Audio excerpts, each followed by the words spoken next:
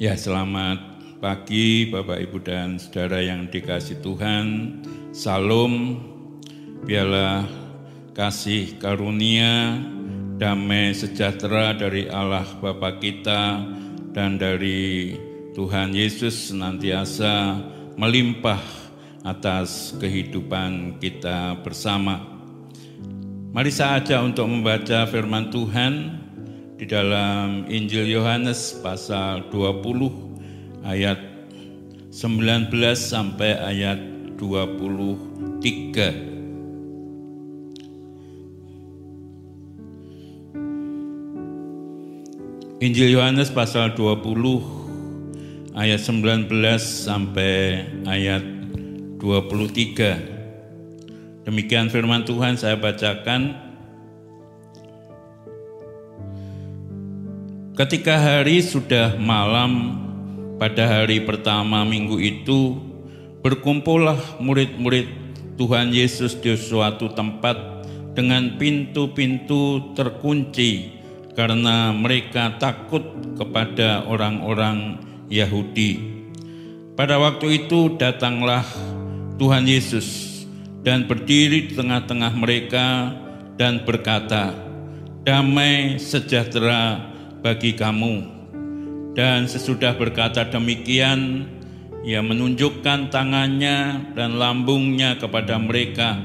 Murid-murid itu bersukacita ketika mereka melihat Tuhan. Maka kata Tuhan Yesus sekali lagi, "Damai sejahtera bagi kamu. Sama seperti Bapa mengutus aku, demikian juga sekarang aku mengutus kamu." Dan sesudah berkata demikian, ia menghembusi mereka dan berkata, "Terimalah Roh Kudus.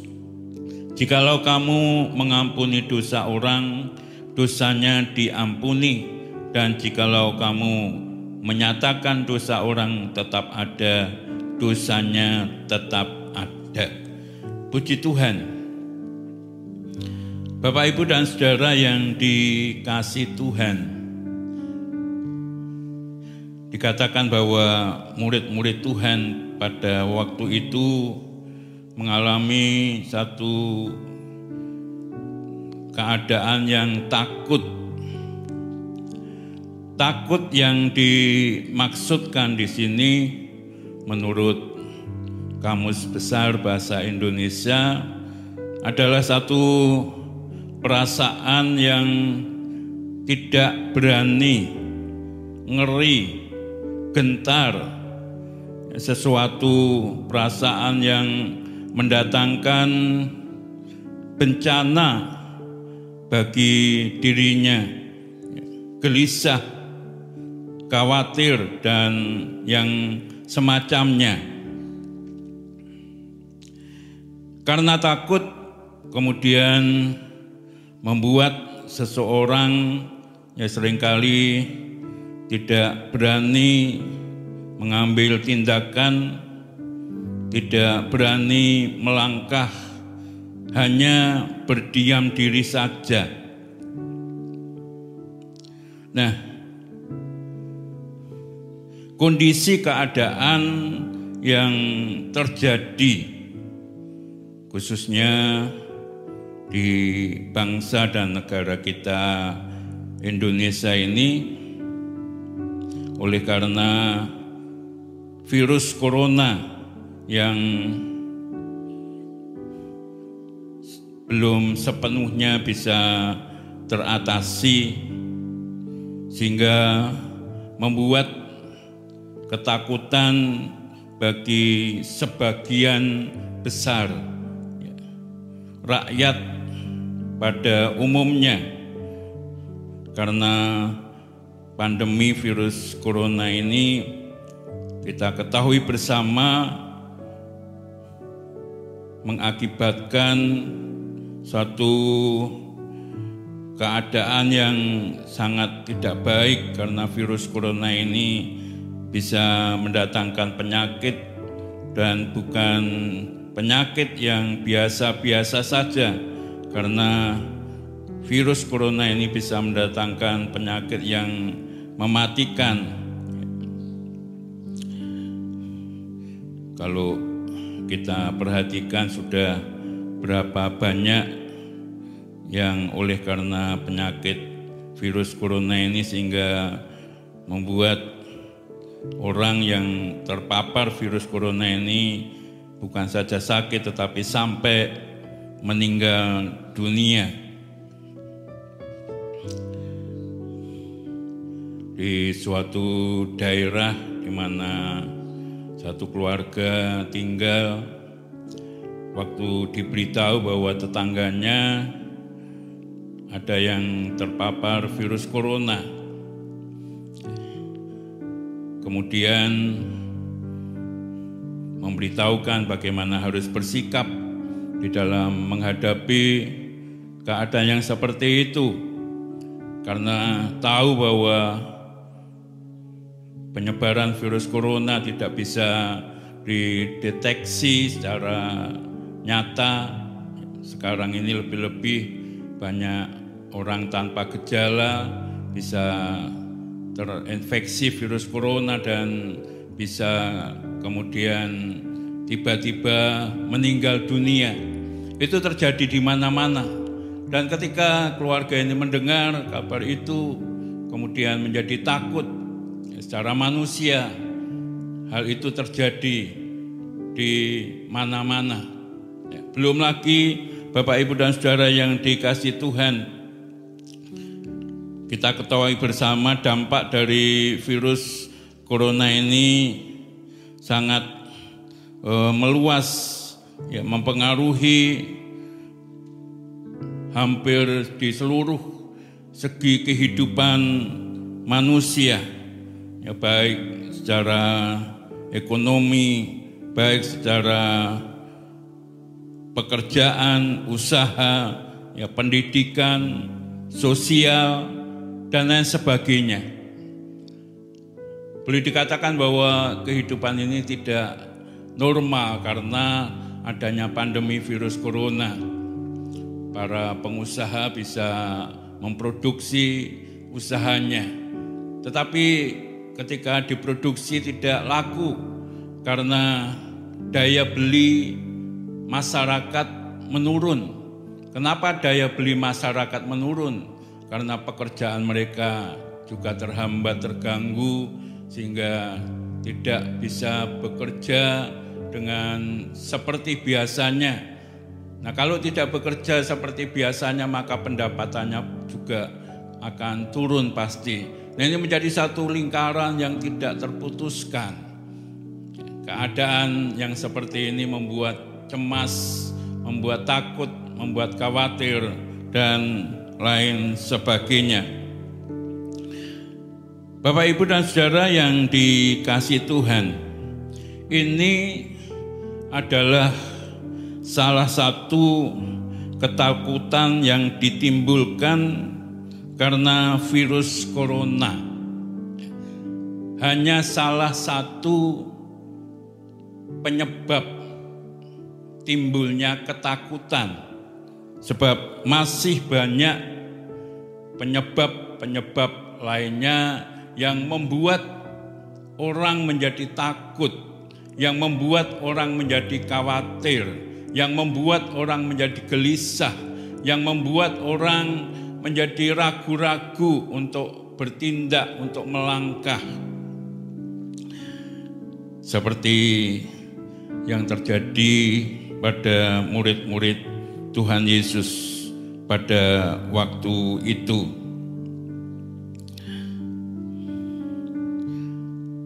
Dikatakan tadi di dalam firman Tuhan, ketika hari sudah malam pada hari pertama minggu itu, berkumpullah murid-murid Tuhan Yesus di suatu tempat dengan pintu-pintu yang terkunci karena mereka takut.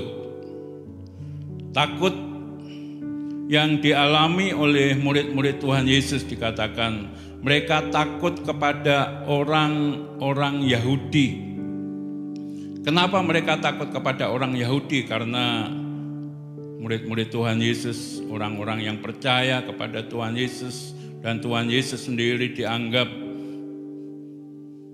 orang-orang yang membuat keresahan, ya, menimbulkan masalah dalam kehidupan masyarakat Yahudi pada waktu itu, karena pengajaran-pengajaran yang diajarkan oleh Tuhan Yesus seringkali bertentangan dengan tradisi-tradisi yang sudah diikuti oleh orang-orang Yahudi pada waktu itu, sehingga kita tahu seringkali terjadi pertentangan, bahkan kemudian murid-murid Tuhan Yesus dikejar-kejar, ya, untuk dibinasakan setelah Tuhan Yesus sendiri ditangkap, kemudian sampai akhirnya mati di atas kayu salib. Nah, maka pada waktu itu murid-murid Tuhan Yesus ada di satu tempat di mana mereka bersama-sama ada di tempat itu, kemudian pintunya ditutup, dikunci, ya, karena takut. Bukan saja takut terhadap orang-orang Yahudi, tetapi mereka juga gelisah, ya, karena baru saja peristiwa di mana Tuhan Yesus mati di atas kayu salib, kemudian dikuburkan, dan kemudian diketahui bahwa kuburnya sudah kosong, ya, dan ini menjadikan mereka gelisah, ya, gelisah hatinya, karena satu keadaan yang pada waktu itu boleh dikatakan tidak diharapkan oleh murid-murid Tuhan Yesus, tetapi itulah yang terjadi. Kemudian ketakutan yang timbul dalam murid-murid Tuhan Yesus pada waktu itu ketika mereka ada di ruang yang terkunci, tertutup, ya, tiba-tiba ada orang yang masuk ke ruangan di mana murid-murid tadi berada. Karena pintunya terkunci, pintunya tertutup, kok tiba-tiba ada orang yang masuk. Takut mengira yang ada di tengah-tengah mereka itu bukan manusia, tetapi hantu, bukan Tuhan, tetapi hantu. Kalau kita baca perikop yang paralel dengan ini di dalam Injil Lukas pasal 24 ayat yang ke-37, mereka terkejut dan takut, ya. Mereka mengira bahwa yang ada di tengah-tengah mereka adalah hantu. Nah, Bapak, Ibu, dan Saudara yang dikasihi Tuhan,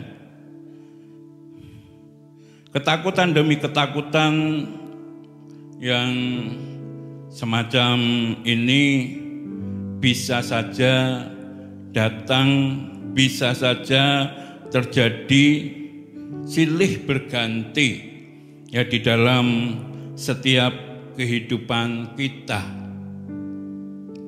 Tidak saja menimpa kepada orang-orang yang belum percaya kepada Tuhan Yesus, tetapi juga menimpa kepada orang-orang yang sudah percaya kepada Tuhan Yesus. Ketakutan ini bisa terjadi kepada siapa saja. Nah, bagaimana agar supaya kita bisa mengatasi, agar supaya kita bisa merespon rasa takut yang timbul di dalam hati dan pikiran kita, seperti apa yang terjadi pada murid-murid Tuhan Yesus, ya, seperti apa yang terjadi dengan keadaan situasi pandemi virus corona sekarang ini. Yang pertama yang harus ada di dalam setiap kehidupan kita adalah percaya. Percayalah bahwa Tuhan tidak pernah jauh dari kita. Percayalah bahwa Tuhan tidak pernah meninggalkan kita. Percayalah bahwa Tuhan pasti peduli kepada setiap kehidupan kita. Tuhan Yesus bagi kita senantiasa Immanuel, nunggil, menyatu, tidak pernah meninggalkan dan membiarkan kita. Tapi Tuhan Yesus juga Ebenezer, Dia yang sudah menolong dan terus akan menolong dan tetap akan menolong di dalam setiap kehidupan kita. Sebagaimana murid-murid Tuhan Yesus, sekalipun secara tubuh jasmani mereka tidak lagi bersama-sama dengan Tuhan Yesus, tetapi peristiwa itu menjadi bukti bahwa Tuhan Yesus tidak pernah meninggalkan. Tuhan Yesus tidak pernah membiarkan murid-muridnya terus mengalami ketakutan di dalam hidupnya, mengalami kekhawatiran, mengalami kecemasan. Tapi pada saat murid-muridnya mengalami ketakutan, kecemasan, Tuhan Yesus hadir di tengah-tengah mereka. Tuhan Yesus hadir karena tahu keadaan murid-murid pada waktu itu.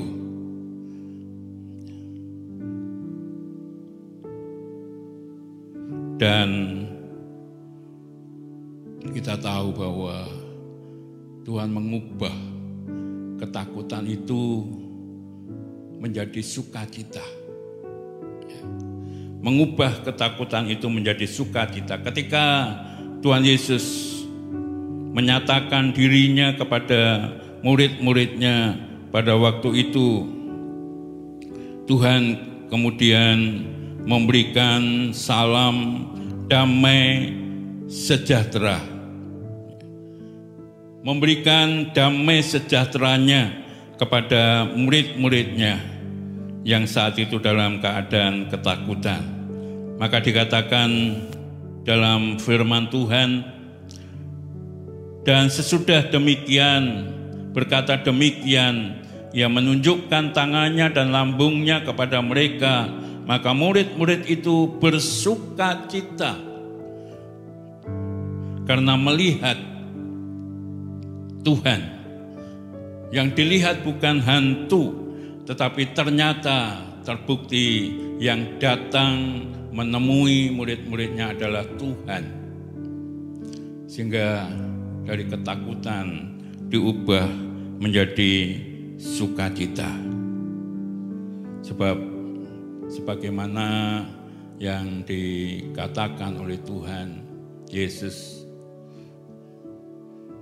kalau hantu itu datang akan mencuri, membunuh, dan membinasakan, tapi Tuhan Yesus datang agar supaya setiap orang yang ketemu dengan Tuhan akan diberikan kehidupan, agar supaya memiliki kehidupan dan memilikinya dalam kelimpahan. Maka murid-muridnya diubahkan dari ketakutan menjadi damai sejahtera, menjadi sukacita. Damai sejahtera dalam bahasa Ibraninya dikatakan salum. Kata ini bukan saja menunjukkan kepada keadaan yang tidak ada peperangan, tidak ada pertentangan, tetapi salum diartikan sebagai sesuatu yang serasi, yang utuh, kebaikan, mendatangkan kesejahteraan dan keamanan, bukan saja sesaat, sewaktu-waktu, tetapi yang terus-menerus dan berlimpah-limpah. Ya, shalom yang daripada Tuhan, damai sejahtera yang daripada Tuhan, mendatangkan hati yang tentram, hati yang damai, oleh karena Tuhan senantiasa bersama-sama dengan mereka. 2 kali Tuhan menyatakan, menyampaikan, memberikan damai sejahtera bagi murid-muridnya pada waktu itu, bagi kita semua yang percaya kepadanya. Itu yang pertama yang diberikan oleh Tuhan Yesus. Maka kita harus tetap percaya bahwa Tuhan Yesus tidak pernah membiarkan kita. Tuhan Yesus tidak pernah meninggalkan kita. Tetapi Tuhan Yesus selalu ada bagi kita semua, memberikan damai sejahteranya, memberikan salumnya bagi kita semua, sehingga mengubah ketakutan menjadi sukacita, mengubah kekhawatiran menjadi diteguhkan hatinya. Itu yang pertama. Kemudian kita harus tetap percaya kepada Tuhan, karena Tuhan Yesus bukan saja memberikan damai sejahteranya, tetapi Tuhan Yesus menghembusi mereka dengan Roh Kudus. Tadi dikatakan di dalam ayat yang ke-22, dan sesudah berkata demikian, ia menghembusi mereka dan berkata, terimalah Roh Kudus. Roh Kudus yang diberikan oleh Tuhan pada waktu itu,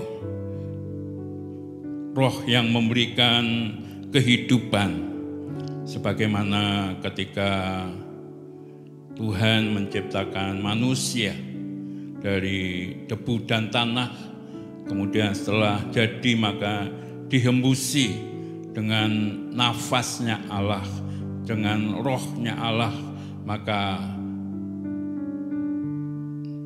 apa yang dicipta oleh Tuhan itu kemudian hidup. Ya.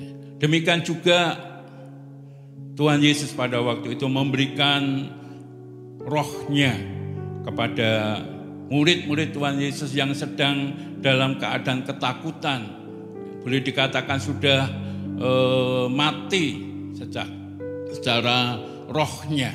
Maka Tuhan memberikan itu kepada murid-muridnya sehingga boleh mengalami kehidupan kembali, dihidupkan kembali oleh karena roh yang diberikan oleh Tuhan Yesus kepada murid-muridnya.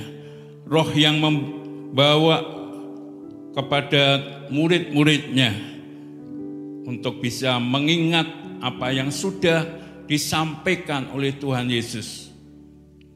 Karena roh yang daripada Tuhan itu membawa setiap orang kepada kebenaran-kebenaran firman Tuhan.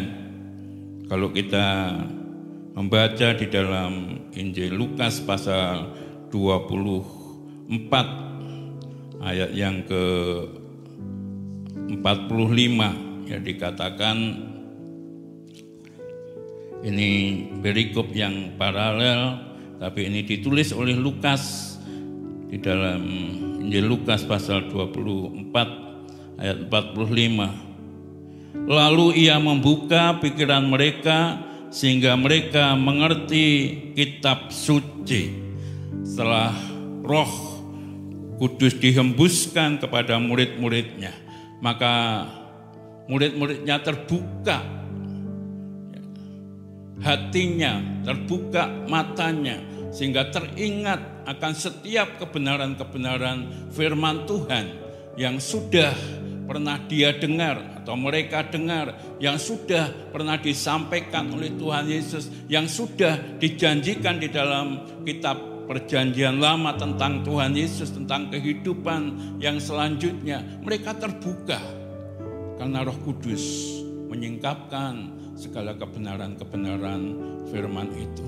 Ini sangat-sangat perlu, penting ya, bagi murid-murid pada waktu itu, sehingga ketika mereka disingkapkan tentang isi Alkitab, kebenaran-kebenaran firman Tuhan, mengubah ya, ketakutan itu menjadi satu hal yang tidak mendatangkan ketakutan lagi, karena mereka diingatkan akan kebenaran firman-Nya, karena mereka ingat akan apa yang sudah disampaikan oleh Tuhan Yesus, apa yang terjadi setelah Tuhan Yesus yang sudah disampaikan oleh Tuhan Yesus. Mereka diingatkan kembali ya, atas semua apa yang sudah disampaikan melalui kebenaran firman Tuhan itu. Dan kemudian Tuhan Yesus berkata kepada murid-muridnya di dalam ayat yang ke-21, setelah mengatakan damai sejahtera bagimu, sama seperti Bapa mengutus aku, demikian juga sekarang aku mengutus kamu. Bukan saja membebaskan dari rasa takutnya, tetapi memberikan pengharapan akan kebenaran-kebenaran firman Tuhan, menyingkapkan akan kebenaran-kebenaran firman Tuhan. Tapi setelah itu Tuhan Yesus mengatakan, seperti Bapa mengutus aku, maka aku mengutus kamu. Murid-murid Tuhan Yesus tidak dibiarkan terus dalam kondisi keadaan yang takut.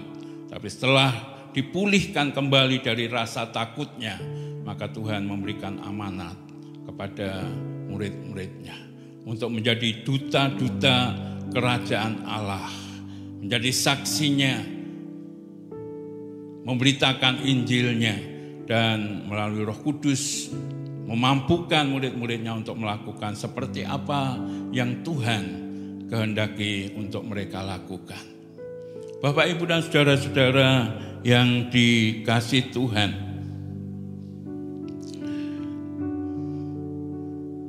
melalui kebenaran firman Tuhan ini, mari kita belajar.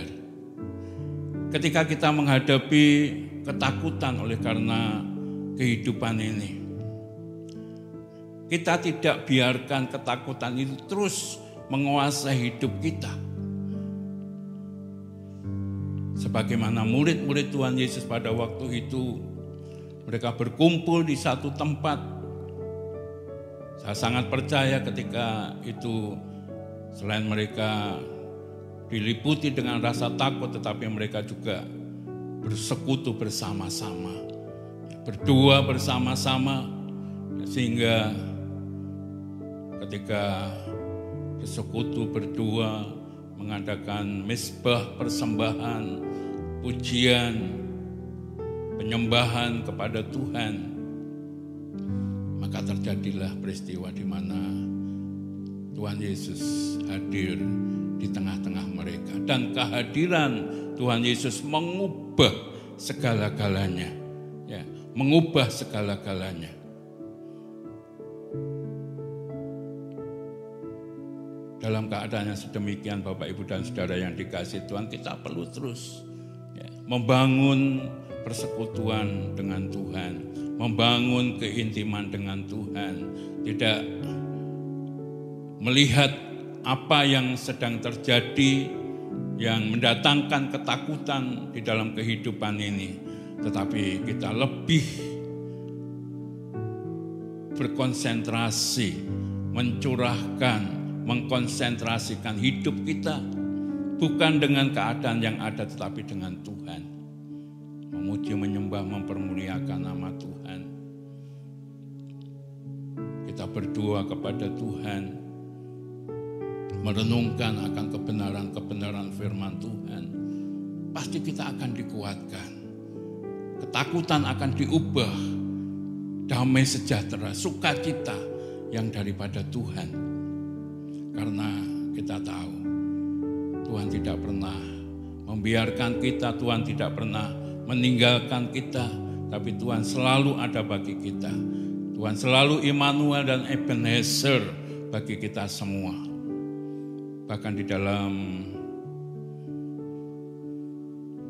Injil Matius pasal yang ke-6 ayat 33 dikatakan, carilah dahulu kerajaan Allah dan kebenarannya, maka semuanya akan ditambahkan kepadamu. Bagian kita adalah mencari kerajaan Allah dan kebenarannya. Mencari kerajaan Allah berarti kita rindu untuk senantiasa ada di dalam hadirat-Nya, intim dengan Tuhan. Dan kita hidup di dalam kebenaran-kebenaran firman-Nya, mengamini kebenaran-kebenaran firman-Nya, mempercayai akan firman-Nya. Maka ketika kita hidup yang sedemikian, kita tidak perlu takut. Karena Tuhan berjanji semuanya akan ditambahkan kepadamu.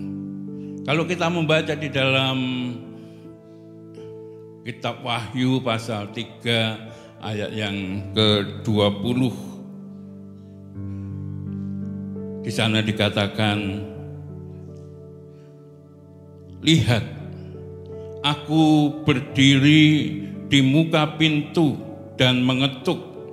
Jikalau ada orang yang membukakan pintu dan mendengar suaraku, maka aku akan masuk, mendapatkannya bersama-sama dengan dia, dan aku akan makan dengan dia, dan dia dengan aku.